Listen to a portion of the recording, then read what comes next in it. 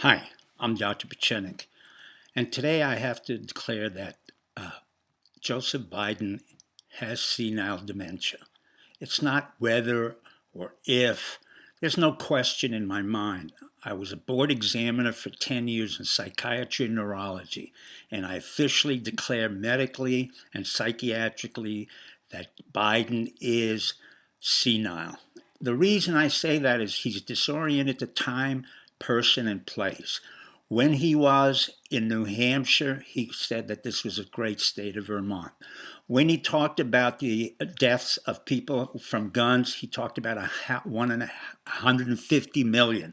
When he talked about coronavirus deaths, he talked about 125 million.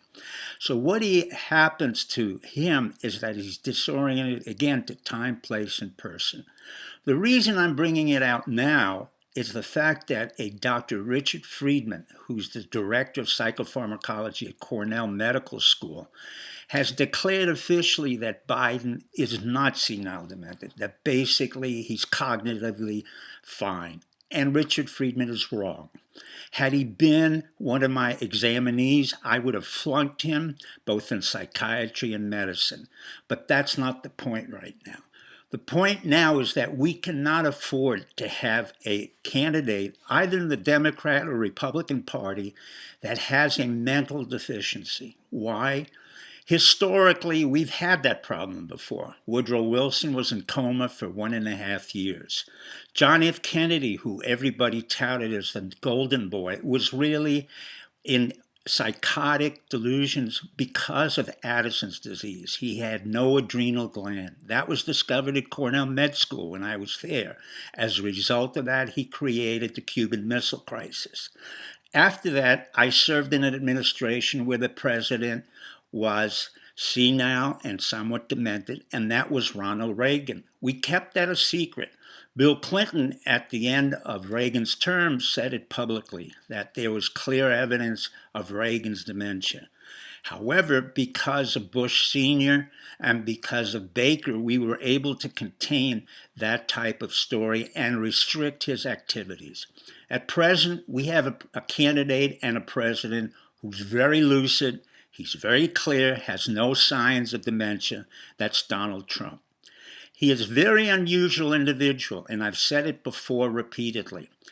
Don't listen to his words. You don't have to appreciate his self-aggrandizement. You don't have to appreciate his jokes or whatever else he says. The most important thing about Donald Trump is that he's a businessman who likes to create end products and buildings. What do I mean?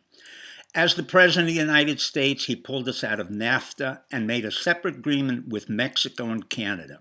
He pulled our troops out of Iraq and Afghanistan. He told China we would no longer depend on them. He made the economy come rushing back. Yeah, there were mistakes. I think the COVID virus issue was a mistake. I had said that because Tony Fauci, also from Cornell, really did not know what he was doing and unfortunately recommended that we shut down the government. That was a mistake. But that doesn't preclude the President of the United States from coming again for the next 4 years. And the reason for that is very simple. I can guarantee you, not as a psychiatrist only, but as a day trader, a businessman who knows what the stock market is like on a daily basis, that if Biden comes into the presidency, I will say categorically, we will have a financial crash. We will have a crash far greater than the Depression in the 30s. I'm going to say something that Hippocrates said.